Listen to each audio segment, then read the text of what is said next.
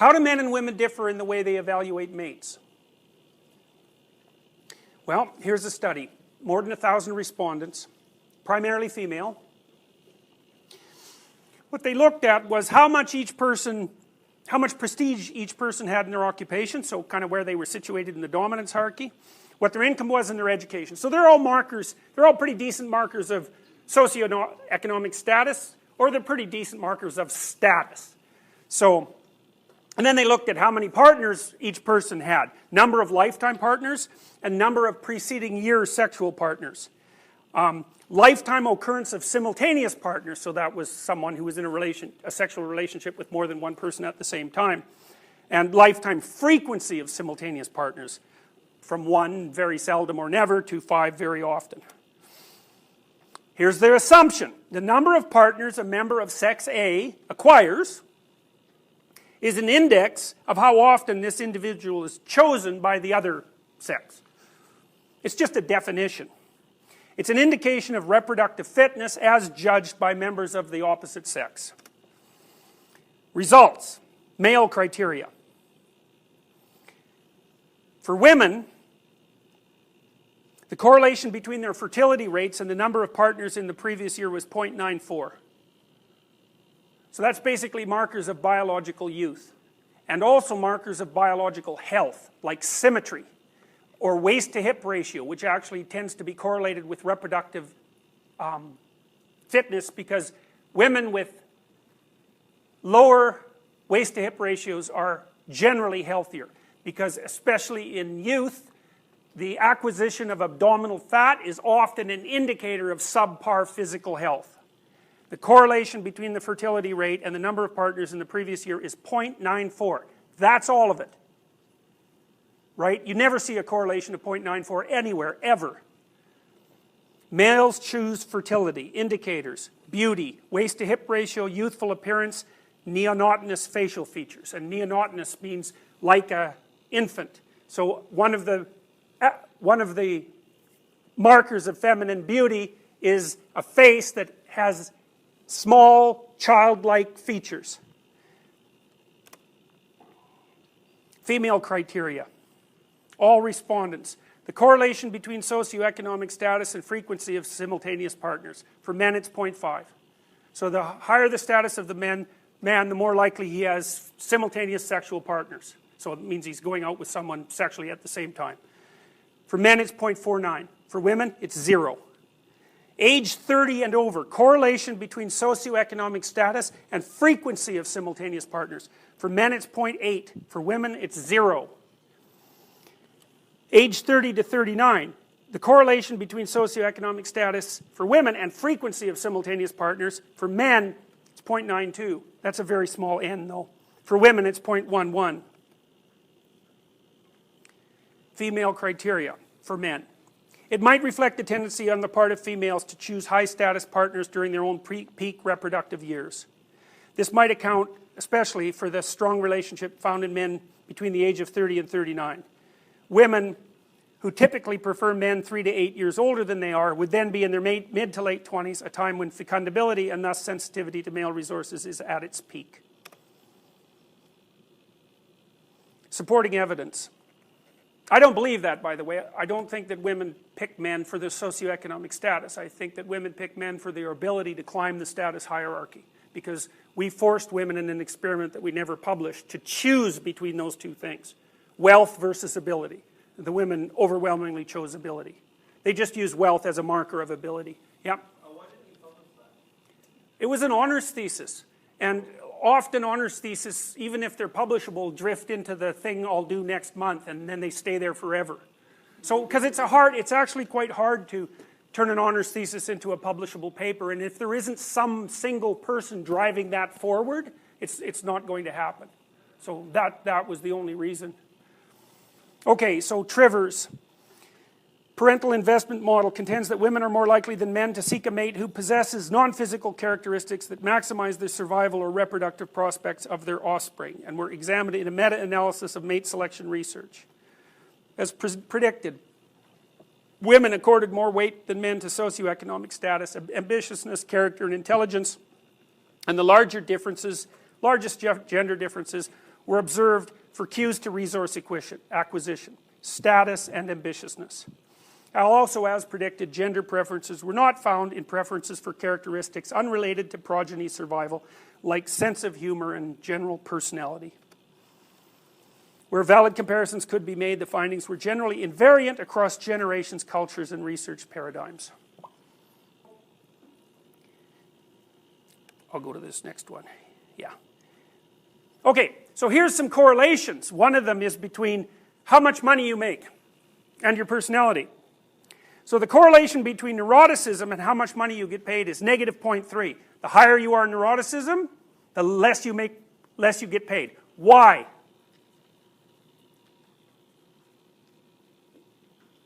Why do you think that is? Well, because you're not confident in your own abilities. You have low self-esteem.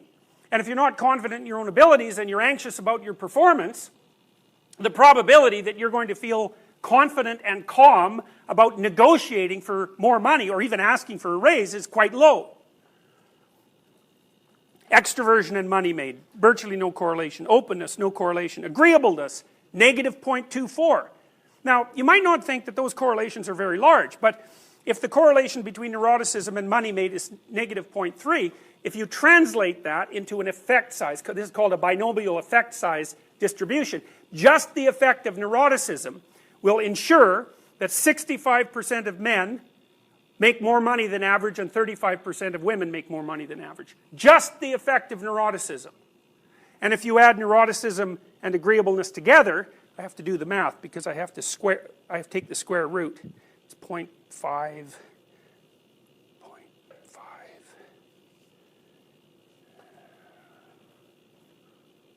I can't do that in front of a class, unfortunately. It's good.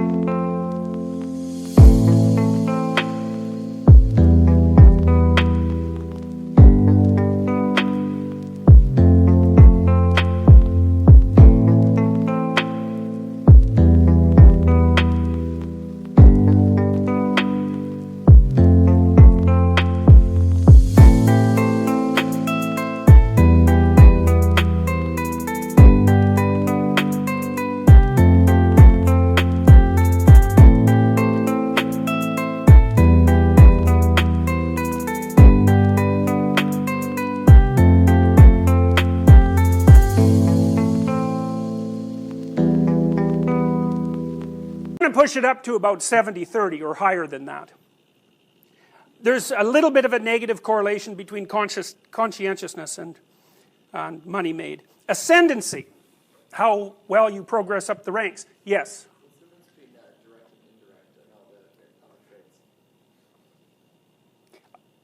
I don't know because I didn't look in detail into the models they use, so I was just going to stick to the zero order correlations.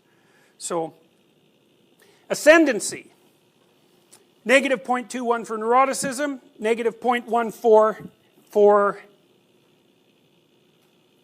agreeableness. The effects are larger if you total them. Let's see. Here's a good one. This is something to think about. Job satisfaction. The correlation with neuroticism is negative 0.42. That's a big one. One of the things that's very interesting about neuroticism is it's also a very good predictor.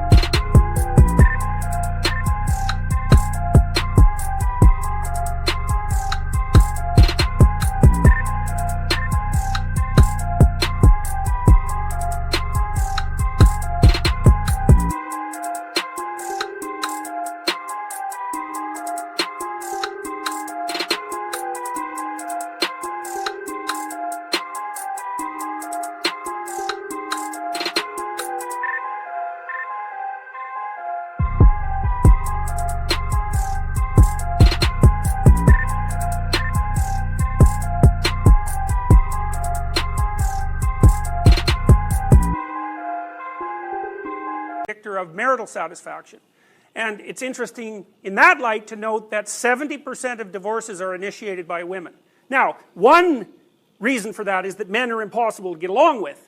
And the other possibility is that women are too sensitive to that, and there's no way of sorting that out. But it's nonetheless interesting to note that that's still where the gender difference lies. Neuroticism.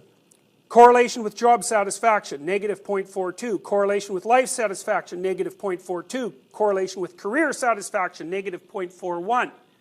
So one of the things you want to remember is that almost all the measures that purport to measure something like well-being or happiness or satisfaction are so contaminated with neuroticism that it's not even clear that they're measuring something different. You see, agreeableness, the correlation with career satisfaction is negative 0.2. If you get men to rate